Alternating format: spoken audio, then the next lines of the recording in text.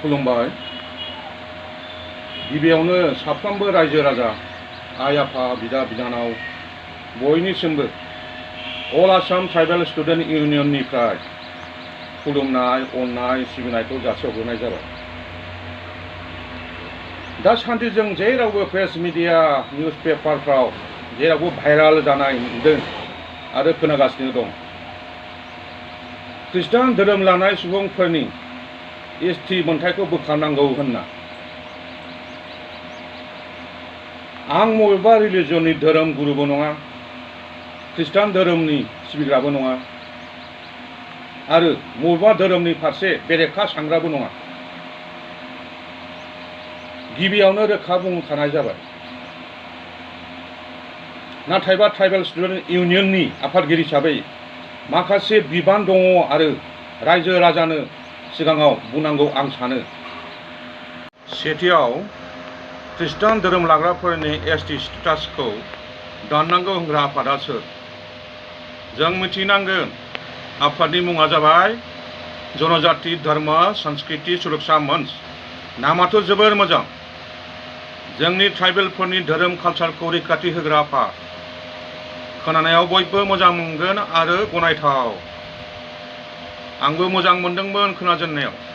नाथायबा RSS आसो बे आफादखौ सालायोनो।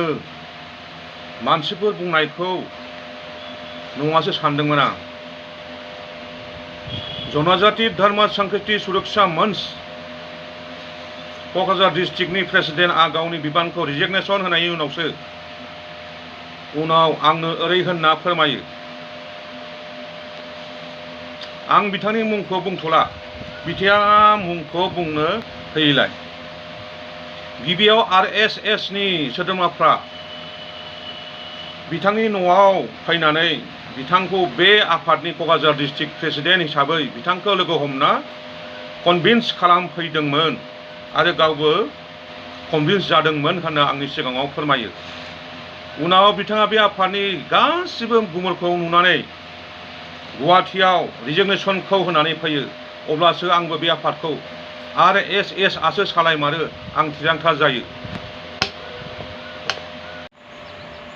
धोरोम सोलायनायखौ बुंनो थाङोबाथ' गोदो जोंनि राजाफ्रानो सिगांसिन धोरोम सोलायग्रोदों। धोरोमनि बाथ्रा सावरायोब्ला फोजोबनांगौआ बुंनानै फोजोबनो हाया।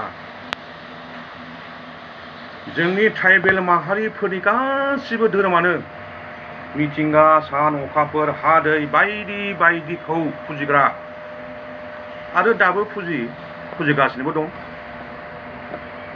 गोदो गोदायनिफ्रायनो जेब्ला आर्य हारिफ्रा जोंनि जायगायाव बांबोयो, बे समावनो जोंनि राजा रानिफोरा आर्यफोरनि नारसिननाय बा गोहोमाव धोरोम सोलायबोदों। बुंनो थाङोब्ला आर्य हिन्दुत्व सुबुंफ्रानो जोंनि गाहाय धोरोमखौ सोलायहोदों। बिसिनि नारसिननाय, सुसिबोनाय, मुगैनाय बायदि बायदिखौ सहायनो हायैयाव सोरबा संकरिया, खृष्टान, बुद्ध, ब्रह्म, सत्संग बायदि बायदि।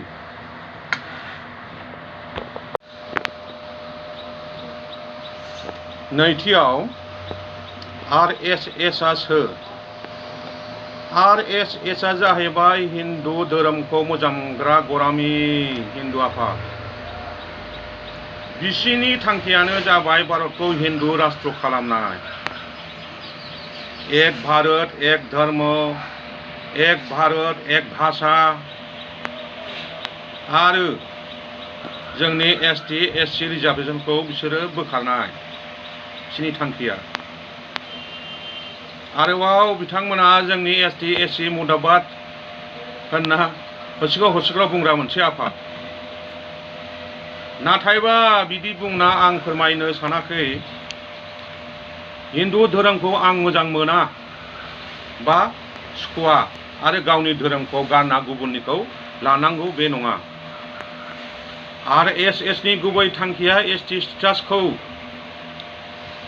बोखारनाय बेल' गुबै थांखि नङा।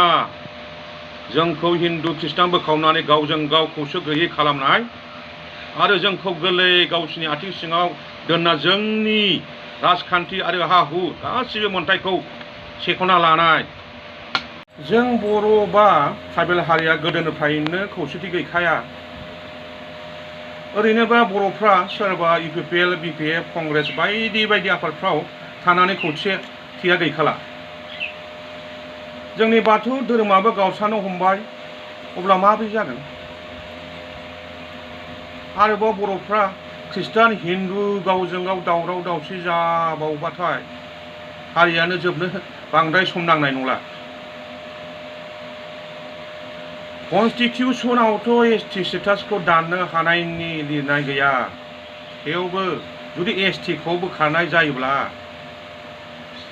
जोंनि ट्राइबेलनि अनजिमाया खमायगोन, अब्ला जोंनि 6 शिड्युल BTC नि हालोदा मा जाहैगोन गोथौयै साननांगोन।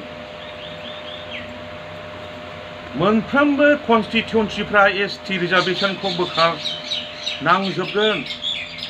डिलिमिटेसन जायोब्ला MCLA, MLA, MP गासैबो, अब्ला जोंनि उना मा अस्थआव थांगोन बेखौ ओरैनो नुहुरखायो। खृष्टान धोरोम लाग्राफ्रा मोननै सुबिदा मोनो होनना बुंदों। माइनरिटि आरो ST हिसाबै बाथ्राया सैथो। नाथाय मोननै सुबिदा बा अनसुंथाइ मोनदोंबाबोथ' जोंनि बर'फ्रानो मोनदों। बेवहाय जोंहा बुंनांगौबा मेगन सानांगौ बायदि आं नुहुराखै।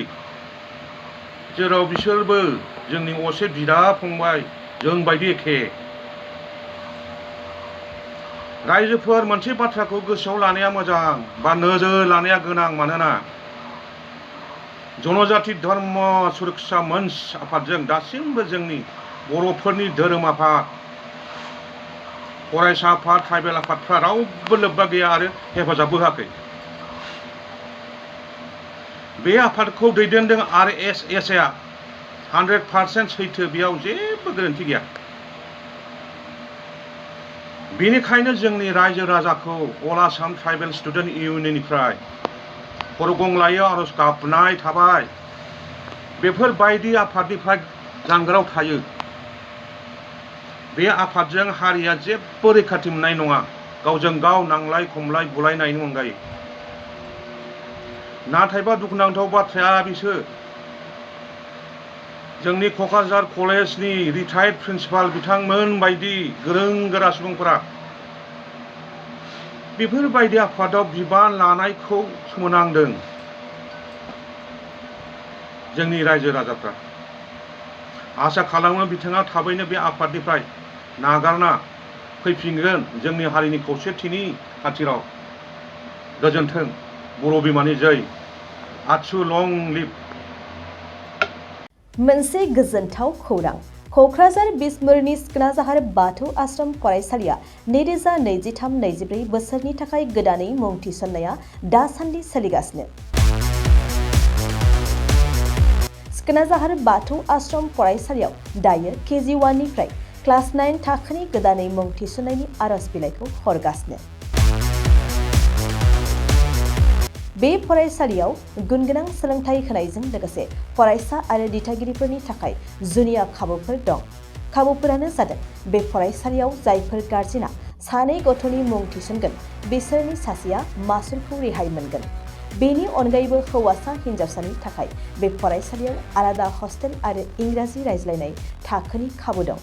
बेजों लोगोसेयैनो इंराजि, सानखान्थि आरो बिगियान आयदानि थाखाय उफ्रायै कचिं होनाय आरो बे फरायसालियाव बिमा रावखौ बिथा खालामनानै बां रावारि सोलोंथाइबो होनाय जायो। नोंथांमोना बे फरायसालियाव मुं थिसन्नोब्ला नैबे मबाइल नम्बर 9678235771 आव नङाब्ला फरायसालियाव थांनानै खौरां लाहैनो हागोन।